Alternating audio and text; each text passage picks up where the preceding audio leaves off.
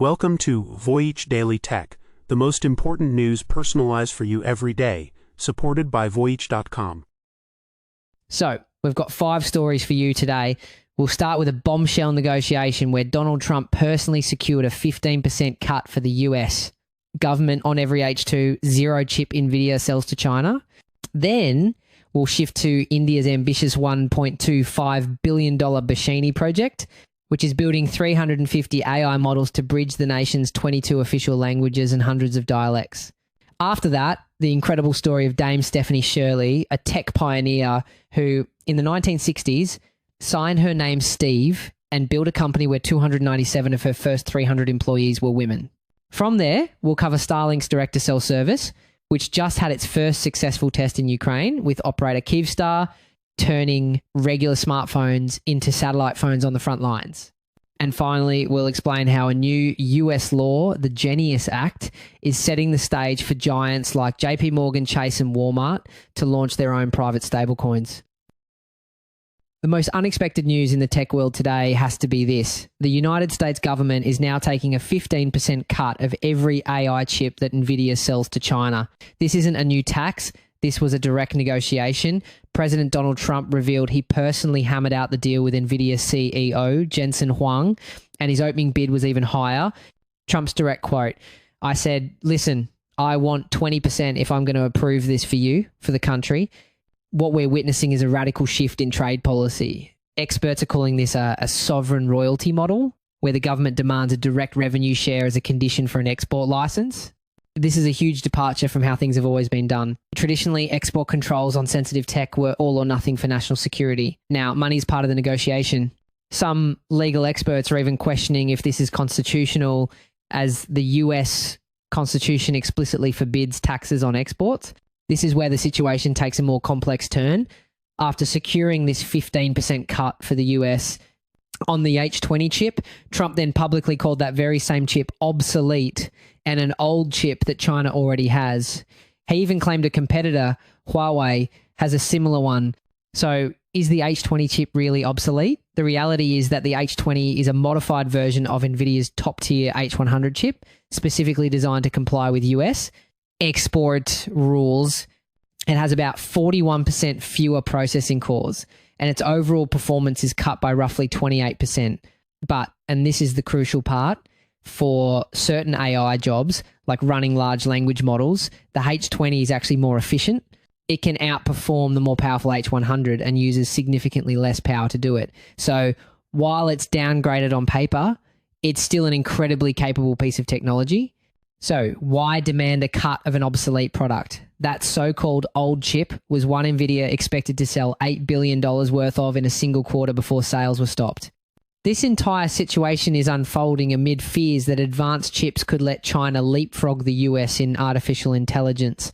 This decision brings both potential benefits, keeping China dependent on American tech, and comes with inherent risks. This strategy may be unintentionally funding China's own efforts to become self-sufficient. In fact, Chinese companies like Huawei are rapidly developing their own competitive chips, like the Ascend 910, and Beijing is actively pushing its tech giants to buy local. The long-term fear is that Nvidia could be helping its biggest future competitor close the gap, and the negotiations aren't over. Trump says the real prize is Nvidia's next-generation Blackwell chip, calling it super-duper advanced. He says he wouldn't approve a deal for that, at least not without a massive 30 to 50% reduction in its performance. He also says he expects Nvidia's CEO to visit him again to negotiate. This isn't just about Nvidia either. A White House official confirmed that its main rival, AMD, will also pay the same 15% fee to get an export license for its own China-focused AI chips. It raises a massive question. Is this the new playbook for dealing with big tech and national security? A world where the government doesn't just regulate the industry, but takes a direct cut of the profits?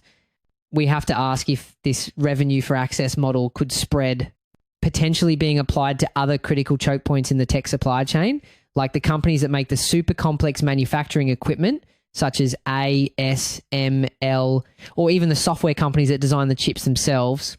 This could fundamentally change the entire global tech landscape. From a battle over hardware to a race to build a software ecosystem. A government project in India just processed over 1 billion tasks, all in an effort to solve one of the biggest challenges in technology today.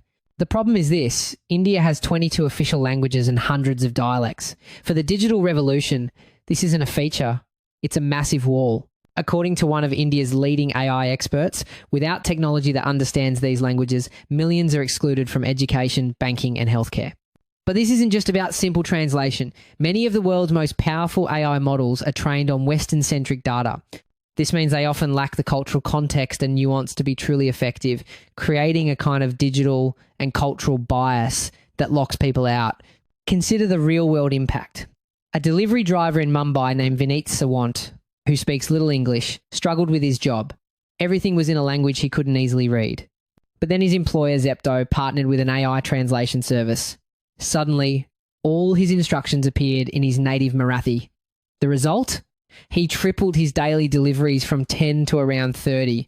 He says, when the app speaks our language, we feel more confident and we work better. This isn't just about one company, it's part of a huge national mission called Bhashini. This government-backed project has already built an arsenal of 350 AI-based language models. It's not a theoretical exercise. More than 50 government departments and 25 state governments are already using the technology for everything from public service chatbots to translating official schemes. However, if you zoom out, the push for AI efficiency comes with a stark warning from inside the industry that these advancements could accidentally shrink the rich variety of human language, pushing less common dialects aside. This isn't just a theoretical fear. The stark reality is that while the government officially recognises 22 languages, the People's Linguistic Survey of India identified 780 distinct languages in the country. Over the last 50 years, 220 of these languages have already been lost. The danger is that by creating a digital world for only the most common languages, we could accelerate the extinction of others, erasing cultural heritage in the process. This reveals the true mission. The head of the Bhashini division states the goal is to build India-specific AI models rather than relying on global platforms. This is a battle for digital and cultural representation. It's all about achieving what experts call AI sovereignty. By building its own technology, India avoids relying on foreign platforms that might not respect data privacy or understand the nation's unique cultural fabric. The Indian government is so serious about this that it has launched the India AI Mission, a $1.25 billion project to build a robust, homegrown AI ecosystem that truly reflects and serves India's incredible diversity. The ultimate goal? Within the next 2 to 3 years, they hope rural users will have voice-enabled access to government services and financial tools, all in their native languages. That's a modern story of tech inclusion on a national scale, but it reminds me of a very different, much earlier pioneer who fought a similar battle just on a much smaller scale. In the 1960s, a woman founded a revolutionary software company, but to get powerful men to even read her letters, she had to sign them with a man's name, Steve. Interestingly enough, researchers actually have a name for this, the Porsche hypothesis, which suggests that women with masculine-sounding names sometimes achieve more success in male-dominated fields. But today, the conversation has completely flipped. The modern emphasis is on bringing your authentic self to work, and hiding one's identity is now seen as counterproductive, a sign that the system is broken, not that the individual needs to change. That woman was Dame Stephanie Shirley, a tech pioneer who just passed away at 91, and her story is a bombshell. In 1962, she started Freelance Programmers, a company designed to do something radical, provide jobs for women with children.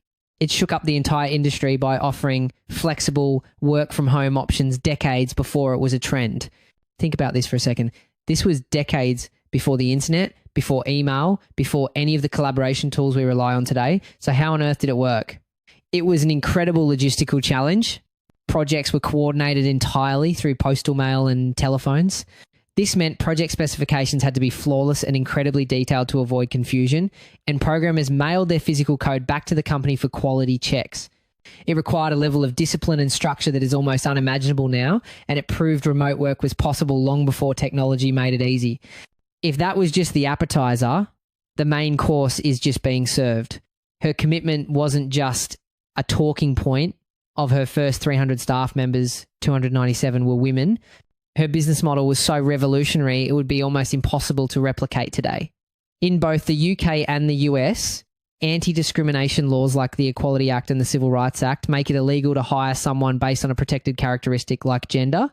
It just goes to show how she was operating in a completely different social and legal reality, pushing boundaries that have since been formalized into law.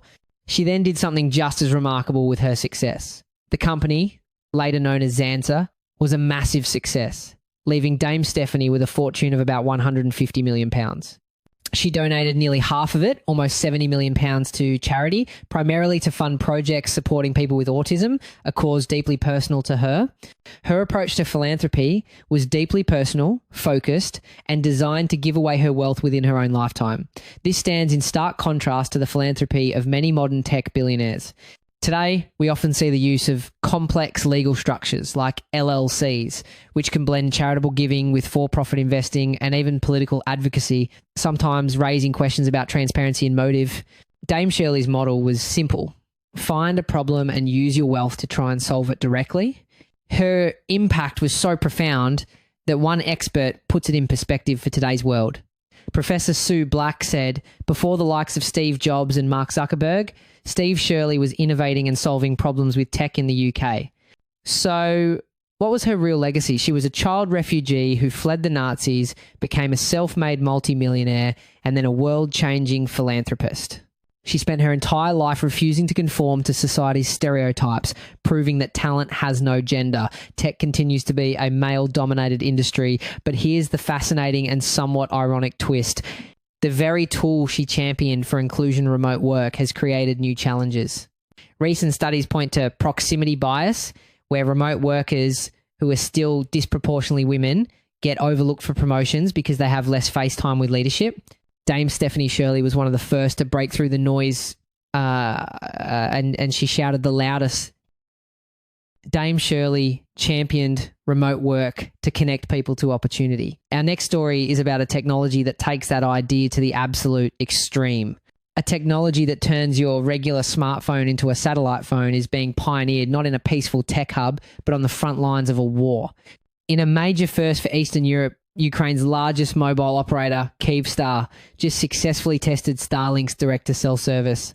This is a complete game changer. The technology allows any standard smartphone to bypass traditional cell towers and connect directly to satellites in orbit. The actual engineering here is incredible. The real challenge is getting a strong enough signal from a satellite moving at over 17,000 miles per hour down to the tiny low-power antenna in your pocket. To do this, Starlink's new satellites are equipped with advanced phased array antennas. Think of these as a way to focus a signal beam with incredible precision, like a laser pointer from space, directly to your device. They also use incredibly sophisticated software to deal with something called the Doppler shift. That's the same effect that makes a siren change pitch as it passes you. The satellite is moving so fast that the frequency of the signal changes and the system has to adjust for that in real time. It's essentially turning a satellite into a cell tower that's flying through space. In a nation where infrastructure is under constant attack, this provides a communications lifeline that can't be easily destroyed on the ground. On the battlefield, this creates a decentralized, resilient communication network. It allows for real-time coordination and intelligence sharing without relying on vulnerable ground-based systems. But this lifeline comes with a catch. It places an immense amount of power in the hands of a private foreign company. Research shows that this creates a new form of geopolitical leverage. In fact, there have been reports of Starlink service being deactivated during critical Ukrainian military operations, which shows how decisions made in a corporate boardroom can directly impact a nation's sovereignty and security in a time of war. The first test wasn't just a lab experiment. It happened in the Zhytomyr region, where Kyivstar's CEO and Ukraine's digital transformation minister exchanged messages using this very system. And this isn't some far-off future tech. Kyivstar and Starlink are planning a commercial launch for messaging services by the end of 2025. Full mobile satellite broadband data is scheduled to follow in early 2026, making Kyivstar the very first operator in Europe to roll it out. But this is just the start of a global shift. Starlink has already signed deals with telecom companies in 10 countries to erase cellular dead zones. Some analysts believe the endgame could be to pivot into a global mobile provider that bypasses traditional carriers entirely. If that happens, it wouldn't just erase dead zones. It could fundamentally disrupt the entire telecom industry as we know it, creating a single satellite-based global network. Now, get this. Kyivstar's parent company, VEON, is already in talks with other satellite providers, including Amazon's Project Kuiper, to expand these services. These companies are taking different approaches. While Starlink is leveraging its massive existing constellation of thousands of small satellites, Amazon's Project Kuiper is building its own network from scratch, aiming for a similar global reach. Then you have players like AST, Space Mobile, which is partnering directly with giants like AT&T and Vodafone to integrate its technology into their existing mobile networks. A new space race is officially on, one that aims to make communication indestructible. The question is no longer if your phone can connect directly to a satellite, but how soon it will become the standard for everyone everywhere. We were just talking about how Starlink could upend the entire telecom industry. Believe it or not, a similar disruption is brewing in the world of finance. The story begins with a new US law, the Genius Act, which has just established the first ever federal rules for stablecoins, effectively firing the starting gun for corporate America to enter the crypto race. Some of the biggest names in finance and retail are preparing to launch their own private dollar-backed cryptocurrencies. We're talking about Bank of America, Citigroup, and even JPMorgan Chase, whose CEO, Jamie Dimon, confirmed the bank will be involved. This law is a game changer because it mandates that these new digital dollars must be backed one-to-one by real US dollars or other very safe, low-risk assets. This is meant to build trust and prevent the kind of collapses we've seen with other crypto projects. The core conflict here is a battle against time. While traditional bank payments can take several days to settle, especially across borders, stablecoins promise to make those same transactions happen almost instantly. And with lower fees, reports indicate that even retail giants like Walmart and Amazon are entertaining their own stablecoin strategies. For these companies, this opens up a whole other dimension. If a company like Amazon or Walmart issues its own stablecoin, it could merge your financial transaction data with all the consumer behavior data it already has on you. We're talking about creating a consumer profile of unprecedented detail, linking every purchase to your verified identity. It's a privacy question of massive proportions. And if a huge chunk of the economy starts transacting outside of traditional banks, it could actually challenge the Federal Reserve's ability to conduct monetary policy and manage the US economy. But it's not that simple. This new law has kicked off a high-stakes strategic war. We're seeing a classic build versus buy dilemma play out, but with the future of money at stake. For a company like Walmart, which filed a patent for its own digital currency years ago, building their own Walmart coin is about control. It would give them direct ownership of customer transaction data, allowing for hyper-personalized marketing and creating a powerful, walled garden financial ecosystem. Integrating an existing coin like USDC is faster, but it means giving up that valuable data and control. But the most critical question is about control. Will these new corporate coins run on open public blockchains like Ethereum, which have been battle-tested at scale? Or will the big banks demand to run them on their own private permissioned blockchains, creating powerful new walled gardens of finance? One expert says banks will desire and demand that level of control. This could create what some are calling a blockchain cold war.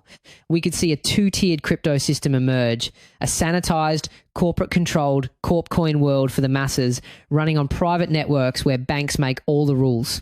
Meanwhile, the wild west of public chains, the original crypto world that values decentralization above all else, continues on its own path. The two might not even be able to talk to each other. And here's the final twist. Even with the new law, banks face a potential catch. Strict banking regulations might require them to hold massive amounts of extra capital just to support their own tokens, a major hurdle. The Genius Act may be law, but the real rules are still being written by regulators. Right now, an intense lobbying battle is happening behind the scenes as big banks, tech giants, and crypto startups all try to influence the final rules on reserves, privacy, and control to their own advantage. It all leads to the big question, what's the real endgame here, and whose version of the dollar will you be using in the future? That's it for today on Voyage Daily Tech. Follow, share, and stay tuned for daily updates coming your way tomorrow.